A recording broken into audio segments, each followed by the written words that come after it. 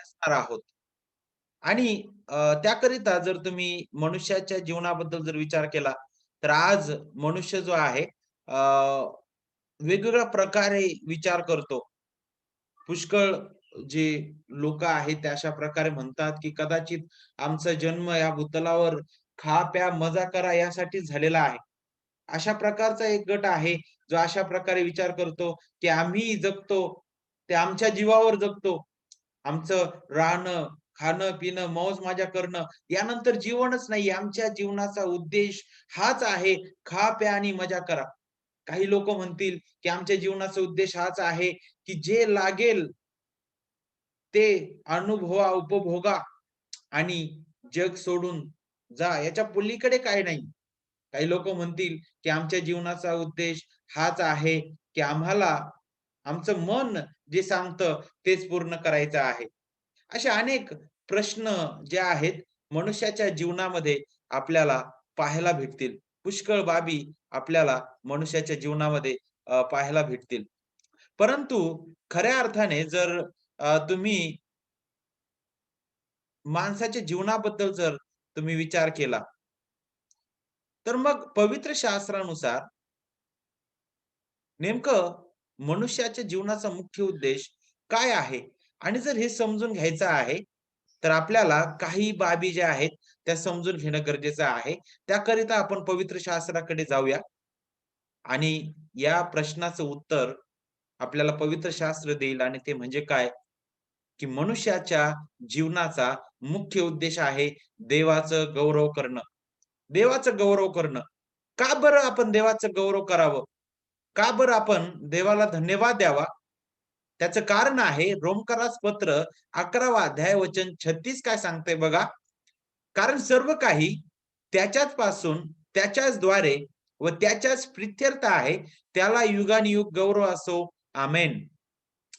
पौल जो आहे तो रोम येथील मंडळीला खऱ्या अर्थाने मंडळीच्या जीवनाचा उद्देश, मनुष्याच्या जीवनाचा उद्देश तो शिकवत आहे. जर तुम्ही पहिले 3 अध्याय जर तुम्ही पाहिले रोमकरास पत्राचे, तर त्या ठिकाणी तो मनुष्याची भ्रष्टता शिकवत आहे, की मनुष्य किती भ्रष्ट आहे. तो जिवंत देवापासून दुरावलेला आहे. नीतिमान कुणी नाही, एक देखील नाही. सर्वांनी पाप केला आहे. देवाच्या गौरवाला ते उणे पडलेले आहेत. देवाचा शोध झटून करणारा असा कुणीच नाही. 3रा अध्याय आपल्याला शिकवितो. सर्व पापवश झालेले आहेत. 5व्या अध्यायामध्ये आपल्याला पुढे रोमकारास पत्रामध्ये पौल म्हणतो, की आपण एकेकाळी देवाचे शत्रू होतो. आणि या सगळ्यांबद्दल विचार करत असताना मग 11व्या अध्यायामध्ये ज्यावेळेस आपण येतो, त्यावेळेस तो पुन्हा मनुष्याच्या त्या मुळापासून, त्या मुळाची तो आठवण करून देतो आणि ती म्हणजे काय, की आपण माती आहोत. ज्यावेळेस मनुष्याला हे सत्य समजेल, की मी माती आहे आणि मातीमधून मला देवाने जीवनदान दिलेलं आहे. मला सजीव प्राणी केलेला आहे. जीवधारी प्राणी त्याने मला केलेला आहे. तो जीवनी श्वास मला दिलेला आहे. त्यावेळेस मला माझ्या जीवनाचा मुख्य उद्देश समजेल, तो म्हणजे देवाचं गौरव करणं. आणि पहा, ज्या प्रकारे रोमकार स्तोत्र 11वा अध्याय वचन 36 मध्ये सांगितलं, की कारण सर्व काही बघ यामधून काहीच सुटलेलं नाही. मग प्राणी असू द्या, चंद्र, सूर्य, तारे जे काही निर्मिती तुम्हाला दिसत आहे, ते सर्व काही कुणापासून आहे? विज्ञान म्हणतं ते आपोआप झालं. इतर म्हणतात त्याला काहीतरी प्रक्रिया करून ते झालं. परंतु बायबल म्हणतं हे केवळ आणि केवळ देवाच्या महान सामर्थ्याने आहे. उत्पत्तीचं पुस्तक आपल्याला शिकवितं, की त्याच्या महान सामर्थ्याने त्याने अवघं जग, अवघं विश्व निर्माण केलं. 6 दिवसांमध्ये त्याने सर्व काही निर्माण केलं आणि मानव जातीला सुद्धा त्यानेच निर्माण केलेलं आहे. त्याच्याचद्वारे आपण आहोत. आपलं जीवन त्याच्याचद्वारे आहे. आता या कोरोनाच्या प्रसंगामध्ये खऱ्या अर्थाने मनुष्याला जीवनाचं महत्त्व समजत आहे. आणि खऱ्या अर्थाने ज्यावेळेस तो स्वतःच्या जीवनाकडे पाहतो, त्यावेळेस तो खिन्न होतो, की अरे मनुष्य किती दुर्बळ आहे. परंतु या दुर्बलतेमध्ये जर खरा ख्रिस्त जर आपल्याला समजला, जर देव समजला आणि हे समजलं, की मी माती आहे, माझं सामर्थ्य काहीच नाही, मी कुणीच नाही, त्यावेळेस खऱ्या अर्थाने माझ्या जीवनाचा मुख्य उद्देश मला समजेल आणि तो आहे देवाचं गौरव करणं. आणि खऱ्या अर्थाने हे जे वचन आपण वाचलेलं आहे, की सर्व काही त्याच्याच पासून तोच सर्व गोष्टींचं आपण काय म्हणू शकतो, की स्रोत आहे. त्याच्याचद्वारे सर्व काही आहे आणि त्याच्याच प्रित्यर्थ सर्व काही आहे. त्याला युगानुयुग गौरव असो. हे वचन आपल्याला हे शिकवितं, की तो महान प्रभू, महान निर्माणकर्ता आहे. आणि तो महान निर्माणकर्ता या नात्याने तो प्रत्येक जीवनावर लक्षात घ्या, की तो नियंत्रण करता सुद्धा आहे. काही लोकं म्हणतात, की देवाने 6 दिवसात ते निर्माण केलं आणि मग तो आता 20वा घेतलेला आहे म्हणजे तो आता निर्मितीकडे लक्ष देत नाही. परंतु लक्षात घ्या देवाच्या प्रिय लेकरांनो, तो महान निर्माणकर्ता आहे. त्याच प्रकारे तो महान नियंत्रणकर्ता सुद्धा आहे. म्हणूनच पृथ्वी स्थिर स्थापिलेली आहे. आणि एवढंच नाही, तर तो महान जतनकर्ता आहे. तो प्रत्येकाचं जतन करतो. त्याच्या निर्मितीचं तो जतन करतो. आणि म्हणूनच खऱ्या अर्थाने ज्यावेळेस आपल्याला हे समजतं, की सर्व गोष्टींचा स्रोत केवळ देव आहे, त्यावेळेस आपल्याला हे समजल, की आपल्या जीवनाचा मुख्य उद्देश काय आहे आणि तो आहे देवाचं गौरव. तर का बरं आपण खऱ्या अर्थाने देवाचं गौरव करावं? पहिली बाब तर तो आपला महान निर्माणकर्ता आहे. तो आपला महान नियंत्रणकर्ता आहे आणि तो आपला महान जतनकर्ता आहे. आणखी एक वचन आपण पाहूया. पहिले करिंथकरास पत्र, पौलाचे करिंथकरास पहिले पत्र, अध्याय 6 आणि वचन 20. कारण तुम्ही मोलाने विकत घेतलेले आहात, म्हणून तुम्ही आपले शरीर व आत्मा जी देवाचे आहेत, त्याद्वारे देवाचा गौरव करा. किती सुंदर हे वचन आहे. कारण तुम्ही मोलाने विकत घेतलेले आहात. पूर्वीच्या काळी जर तुम्ही पाहिलं अ, मला असं वाटतं पौलाच्या वेळी सुद्धा अशा प्रकारे गुलामांची विक्री केली जायची त्या काळापर्यंत. आणि पहा जो अगदी दरिद्री आहे, ज्याच्याकडे काहीच मालमत्ता, पैसा नाही, अशा व्यक्तीला किंवा अशा अशा व्यक्तीला काय केलं जायचं, विकलं जायचं एखाद्या धन्याला आणि मग तो धनी जो आहे, त्या धन्याचा जणू काही तो व्यक्ती आहे, तो गुलाम म्हणून राहायचा. आणि पहा, तो जो गुलाम आहे, तो पूर्णपणे त्या धन्याच्या अधीन असायचा. आणि जोपर्यंत त्या गुलामाचं जे मोल त्या धन्याने देऊन त्याला विकत घेतलेलं आहे, ते मोल जोपर्यंत त्या धन्याला वापस मिळत नाही, तोपर्यंत तो तो व्यक्ती त्या धन्याचा गुलाम म्हणूनच राहत असे. आणि पहा जेव्हा कुणीतरी येऊन त्या व्यक्तीचं मोल त्या धन्याला दिलं जायचं, त्यावेळेस तो धनी त्याला काय करायचा? मोकळं सोडायचा आणि तो स्वतंत्र व्हायचा. जणू काही अशाच प्रकारचं आपल्या जीवनामध्ये सुद्धा घडलेलं आहे. मोलाने विकत घेणं काय आहे नेमकं? का गरज होती? जर तुम्ही पवित्र शास्त्र पाहिलं, तर पवित्र शास्त्र अगदी सरळ रीतीने मनुष्याची स्थिती प्रगट करतं आणि ती स्थिती हीच आहे, की आपण आपल्या मार्गाने बहकलेले असे होतो. उत्पत्तीचं पुस्तक आपल्याला अगदी सरळ रीतीने शिकवितं. 6वा अध्याय मला असं वाटतं 5वा अध्याय आणि वचन 6 की 6व्या अध्यायामध्ये सांगितलेलं आहे. स्वतः देव म्हणतो, की मनुष्याच्या मनातील विचार तर एकसारखे वाईट असतात म्हणे. मनुष्याच्या मनातील विचार तर एकसारखे कसे असतात? वाईट असतात. त्यानंतर रोमकरास पत्र अगदी सरळ रीतीने शिकवितं, जे आत्ताच आपण ऐकलेल्या अध्याय 3 मध्ये, की नीतिमान कुणी नाही, एक देखील नाही. सर्व पापवश आहेत. इफिसकरास पत्र शिकवितं, की तुम्ही आपले अपराध आणि पातक यामध्ये मृत असे होता. आणि पहा या जगाच्या राहाटीप्रमाणे चालणारे, या जगातील अधिपतीच्या धोरणाप्रमाणे तुम्ही चालणारे होता. आणि पहा ही वचनं आपल्याला हे शिकवितात, की मनुष्य पापाचा गुलाम झालेला आहे. आणि पहा त्या गुलामगिरीतून, त्या स्थितीतून बाहेर निघण्याकरिता मनुष्यामध्ये काहीच ताकद नाहीये. मनुष्य असमर्थ आहे, अशा या स्थितीमधून बाहेर निघण्याकरिता. आणि याचा परिणाम काय आहे? त्या जिवंत देवाच्या क्रोधाची प्रजा म्हणून मनुष्य जगत आहे. ख्रिस्तविरहित रीतीने. तो आत्मिक रीतीने मेलेला आहे. देवाचा आणि त्याचा काहीच संबंध नाही. परंतु अशा परिस्थितीमध्ये देव स्वतः त्या पापी, भ्रष्ट आणि नाश पावणाऱ्या मनुष्यावर कृपा करत आहे. आणि पहा ती कृपा त्याच्या प्रिय पुत्राठायी त्याने प्रगट केली. तो तारणारा ख्रिस्त आपल्याकरिता या भूतलावर आला आणि त्याने आपल्या जागेवर जे न्यायी, नीतिमान मागण्या देवाच्या होत्या, ज्या आपण आपल्या सामर्थ्याने आपण पूर्ण करू शकत नव्हतो. ज्यासाठी आपण असमर्थ होतो, त्या सर्व न्यायी, नीतिमान मागण्या ख्रिस्ताने आपल्या जागेवर पूर्ण केल्या. त्याने त्याचं अनमोल रक्त आपल्याकरिता त्या वधस्तंभावर सांडलं. त्याने त्याचं जीवन आपल्याकरिता दिलं. त्याचं नीतिमत्व त्याने आपल्यावर बहाल केलेलं आहे.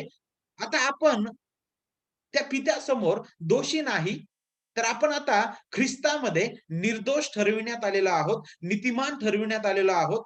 आता आपण त्याच्या क्रोधाची प्रजा नाही, तर आता आपण त्याच्या जवळचे त्याचे त्याचे लेकरं आपण झालेलो आहोत.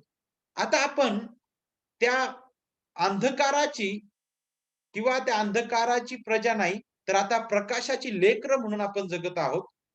तर हे कसं झालं शक्य? केवळ आणि केवळ ख्रिस्ताच्या वधस्तंभावरील कार्याद्वारे. त्याने आपल्याला मोलाने विकत घेतलेलं आहे. त्याने ती खंडणी भरलेली आहे. ती खंडणी काय आहे? त्याने स्वतःचं जीवन आपल्याकरिता दिलं ख्रिस्ताने. आणि पहा, त्या पित्याच्या सर्व न्यायी नीतिमान मागण्या त्याने पूर्ण केलेल्या आहेत आणि म्हणूनच प्रभू येशू ख्रिस्ताच्या त्या अनमोल रक्ताने आपल्याला विकत घेतलेलं आहे. म्हणूनच करीनकरास पत्र आपल्याला अगदी सरळ रीतीने शिकवितं, की तुम्ही मोलाने विकत घेतलेले आहात, म्हणून तुम्ही आपले शरीर व आत्मा जी देवाचे आहेत, त्याद्वारे देवाचं गौरव करा. म्हणून हे वचन आपल्याला अगदी स्पष्ट रीतीने शिकवितं, की आपण काहीच नव्हतो. आपण तर आत्मिक रीतीने मेलेलो होतो. मग आपण जगतो तर कुणाठायी जगतो? ख्रिस्ताठायी. हे जीवन ख्रिस्ताचं आहे. हे नीतिमत्व ख्रिस्तापासून आपल्याला मिळालेलं आहे. हे निर्दोषपण ख्रिस्तापासून आपल्याला मिळालेलं आहे. तर मग या शरीराद्वारे आणि आत्म्याद्वारे मग कुणाचं गौरव व्हावं? देवाचंच गौरव व्हावं आणि हाच जो एक प्रश्न आहे पहिला, जो आपल्याला मनुष्याच्या जीवनाचा मुख्य उद्देश आपल्याला प्रगट करतो. त्या प्रश्नाचं उत्तर हेच आहे आणि ते म्हणजे देवाचं गौरव आणि आपण पाहिलं पहिल्या वचनानुसार रोमकरास पत्र अध्याय 11 वचन 36 नुसार का बरं आपण देवाचं गौरव करावं? कारण तो आपला महान निर्माणकर्ता आहे. आणि आता आपण पहिले करीन 6 अध्याय वचन 20 नुसार पाहिलं, का बरं आपण देवाचं गौरव करतो? कारण तो आपला महान तारणारा आहे. आपण मोलाने विकत घेतलेला आहोत. आपण त्याचेच आहोत. हे जीवन त्याचं आहे आणि मग आपल्या सर्वस्वाद्वारे केवळ आणि केवळ त्याचं गौरव आणि त्याचं गौरवच व्हावं. तिसरी बाब जी आहे, मग आता त्याचं गौरव करणं जे आहे, ते आपण कशाप्रकारे करतो? फक्त रविवारी एक दिवस आपण आठवड्यातून येतो आणि बसतो, वचन ऐकतो, गीत गातो. फक्त तीच एक वेळ आहे का? तर पाहूया आपण करीनकरास पहिलं पत्र 10 अध्याय वचन 31 आपल्याला शिकवितं. म्हणून तुम्ही खाता, पिता किंवा जे काही करता ते सर्व देवाच्या गौरवासाठी करा. हे वचन अगदी सरळ रीतीने आपल्याला हे शिकवितं, की देवाचं गौरव किती महत्वाचा आहे. लक्षात घ्या याचा अर्थ असा पण नाही, की अरे आता मी जर देवाचं गौरव केलं नाही, तर मग तो गौरवी नाही. नाही, बिलकुल नाही. त्याला तो तुमच्या गौरवाकरिता किंवा तुमच्याकडून त्याला गौरव मिळावं यासाठी तो भुकेला नाहीये. परंतु लक्षात घ्या, आपण त्याची लेकरं आहोत. हे जीवन त्याचं आहे. सर्व काही त्याचं आहे आणि नक्कीच मग आपल्या जीवनाद्वारे त्यालाच गौरव मिळावं. मग आपलं प्रत्येक कार्य त्याला गौरविणारं असावं. तर पहिला जो प्रश्न आहे, त्याच्याबद्दल आपण पाहिलं, की देवाच्या मनुष्याचा मुख्य उद्देश कोणता? मनुष्याच्या जीवनाचा मुख्य उद्देश कोणता? तर आपण पाहिलं, पहिली बाब देवाचं गौरव करणं आणि पहा त्याची दुसरी बाब काय आहे? दुसरं सत्य हे आहे, की त्याच्यामध्येच आनंदी असणं. आता त्याच्यामध्येच आनंदी असणं. त्यासाठी फिलिप्पे 4था अध्याय, पौलाचं फिलिप्पिकरास पत्र 4था अध्याय वचन 4 आपल्याला काय शिकवितं? प्रभूमध्ये सर्वदा आनंद करा. पुन्हा म्हणेन आनंद करा.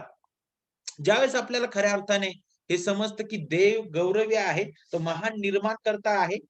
ज्यावेळेस आपल्याला हे समजते, की तो महान तारणारा आहे. ज्यावेळेस आपल्याला हे समजतं, की मी जो काही आहे, तो केवळ ख्रिस्ताद्वारे आहे, त्या जिवंत देवाद्वारे आहे.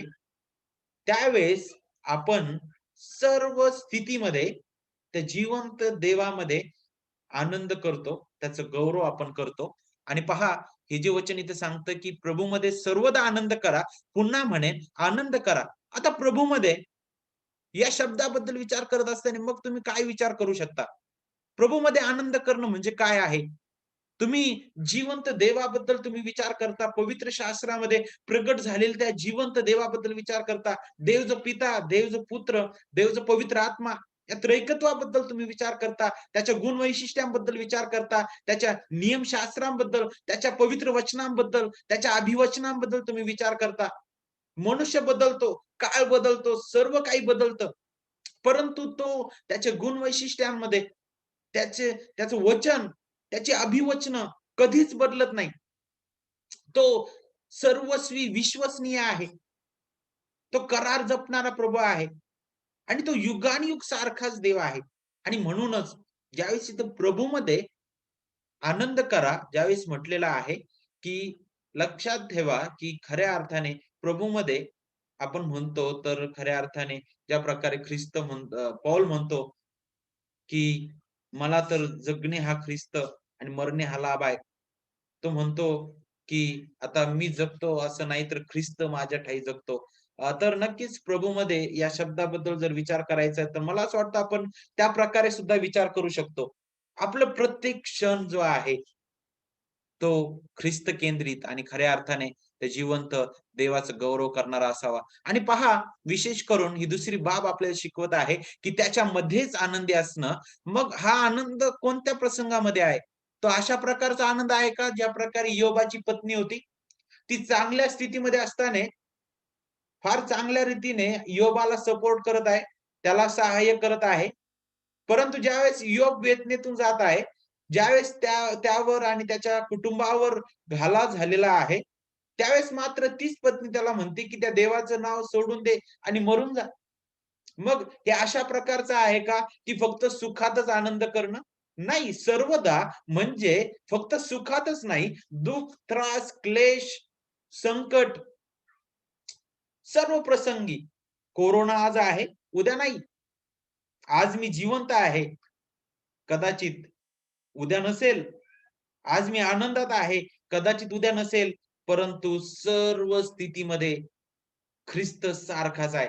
त्याची कृपा सर्व स्थितीमध्ये पुरेशी आहे. ख्रिस्ताचं कार्य सार्वकालिकतेमध्ये स्थिर आहे आणि म्हणूनच सर्वदा प्रभूमध्ये आपल्याला आनंद करायचा आहे. सर्व परिस्थितीमध्ये आपण देवाला असं विचारू शकत नाही, "तू असं का केलं? हा फारच तरुण होता, तो असं का केलं?" नाही, देव सार्वभौम आहे. त्याची इच्छा जीवन देणं आणि जीवन घेणं. सर्व प्रसंगाबद्दल केवळ देवाला गौरव आणि सर्व प्रसंगामध्ये केवळ आनंदी असणं, हे ख्रिस्ती विश्वासामधील एक भाग आहे. त्याच्याद्वारे मिळालेली शांती, क्षमा, नीतिमत्व सार्वकालिक आहे. त्याचं तारण अटळ आहे. ते कधीही गमावलं जाणार नाही. त्याचं प्रेम सार्वकालिक आहे आणि म्हणूनच सर्व प्रसंगी आपण त्याच्यामध्ये आनंद करतो. आणि पहा, हेच वचन पुन्हा पुढे काय सांगतं, "प्रभूमध्ये सर्वदा आनंद करा." पुन्हा म्हणेन, आनंद करा. पुन्हा म्हणेन, आनंद करा. का बरं पौल पुन्हा म्हणत आहे असं? पौलाची जर स्थिती तुम्ही पाहिली, तर तो तुरुंगामध्ये होता.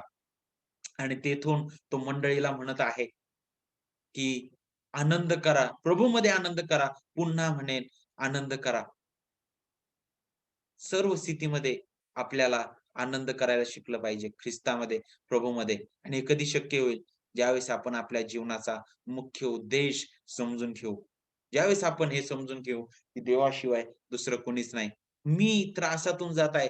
आज मी चांगला आहे. उद्या मी भयंकर आजारी पडेल. उद्या माझ्यावर छळ येईल. कदाचित मला त्रासातून जावं लागेल. त्या वेदना अशाही असतील, तरी त्याही परिस्थितीमध्ये ख्रिस्ताची कृपाच मला पुरेशी आहे. मला त्याही परिस्थितीमध्ये तोच सहाय्य करत आहे म्हणूनच मी त्या वेदना सहन करू शकत आहेत. जरी त्या वेदना असह्य आहेत, तरी मी जगत आहे. मी जिवंत आहे. केवळ देवाची कृपाच आहे. त्याची कृपा तो पुरेशी आपल्याला पुरवत आहे. त्याचं गौरव हो. त्याही प्रसंगामध्ये आपण आनंद करतो. आणि म्हणूनच शेवटी या प्रश्नाच्या शेवटी येत असताना मग खऱ्या अर्थाने आपल्याला हे समजेल, देव महान निर्माणकर्ता आहे. तो महान तारणारा आहे. तो महान जतन करता आहे. त्यावेळेस आपल्याला हे समजेल आणि आपण हे करू. ख्रिस्त जगण्यास आपण शिकू. ख्रिस्त गाण्यास आपण शिकू. ख्रिस्त गाजविण्यास आपण शिकू आणि ख्रिस्त गौरविण्यास आपण शिकू. आणि म्हणूनच या विषयाच्या शेवटी येत असताना आपल्यासाठी हेच लागू करणं आहे, की ख्रिस्त जगा, ख्रिस्त गा, ख्रिस्त गाजवा आणि ख्रिस्त गौरवा. कारण आपल्या जीवनाचा मुख्य उद्देश हाच आहे. आणि ही वेळ केवळ देवाने आपल्या जीवनासाठी दिलेला आहे.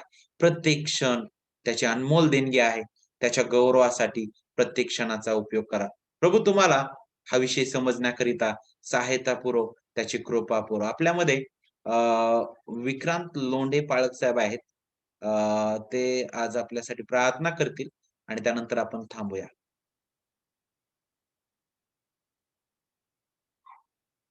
याचा आवाज येत आहे का पाळक साहेब? हॅलो. हां, प्लीज बाळक साहेब प्रार्थना करा. हां, सलाम. सॉरी मी थोडंसं लेट जॉइन झालो. ओके, परंतु ओके, अतिशय अतिशय सुंदर असा विषय होता आणि ओके. अगदी चांगल्या प्रकारे तुम्ही स्पष्टीकरण दिलं त्याबद्दल तुमचे आभार मानतो. येस, प्रार्थना करूया आपण छोटीशी. येस. प्रभुदेवा, आम्ही तुला धन्यवाद देतो आणि या वेळेला परमेश्वर आम्ही तुझ्या चरणाजवळ येत असताना तुझ्या अगदी मनापासून प्रभू आभार मानत आहोत या समयासाठी प्रभू. ही वेळ, ही संधी प्रभू तू आम्हाला दिली, की तुझ्या वचनाचं प्रभू अतिशय अनमोल असं शिक्षण प्रभू आज आम्हाला या ठिकाणी मिळत आहे. आणि या शिक्षणासाठी खरोखर प्रभू आज आम्ही तुझे आभार मानतो. विशेष रीतीने आभार मानत आहोत आमचे सन्मानित पाळक साहेब त्यांच्या जीवनासाठी आणि त्यांच्या सेवा कार्यासाठी पवित्र देव बाप्पा. ज्या प्रकारे ते कळकळीने प्रभू हे सर्व काही शिकवत आहेत. प्रभू तू त्यांना विशेष त्याचा आशीर्वाद दे. आणि आजचा जो प्रश्न होता, की मनुष्याच्या जीवनाचा जो उद्देश आहे, तो उद्देश प्रत्येक मनुष्यानं समजून घेणं गरजेचं आहे. आणि केवळ प्रभू आम्ही तुझ्या सानिध्यात, तुझ्या वचनाचा अभ्यास करूनच आमच्या जीवनाविषयी असणारा तो जो उद्देश आहे, तो उद्देश आम्ही समजू शकतो. आणि म्हणून आम्ही तुला प्रार्थना विनंती करतो, की या ठिकाणी उपस्थित असलेल्या प्रत्येकाला प्रभू तुझ्यामध्ये अधिक वाढण्यासाठी लागणारी अद्भुत कृपा तू दे. त्यांना लागणारं मार्गदर्शन प्रभू तू दे. विशेष आम्ही प्रार्थना करतो, ते तुझ्या वचनाच्याद्वारे त्यांच्या जीवनासाठी असणारा उद्देश प्रभू समजून घेत असताना तुझ्या पवित्र आत्म्याचं मार्गदर्शन देखील तुझ्या पवित्र वचनांच्याद्वारे प्रभू तू त्यांना दे. आम्ही प्रार्थना करतो परमेश्वर देव बाप्पा, या समयाला प्रभू खरोखर प्रभू या अगदी शेवटच्या काळामध्ये आम्ही जगत असताना हे सुंदरसं पवित्र वचन प्रभू आमच्यासाठी एकमेव आधार आहे. आणि या वचनावरती आधारित प्रभू आमच्या जीवनाचे उद्देश जे आहेत ते आम्ही सेट करणं गरजेचं आहे किंवा समजून घेणं गरजेचं आहे. प्रभू पास्टर मंडलिक यांच्यासाठी तुझे आभार मानतो.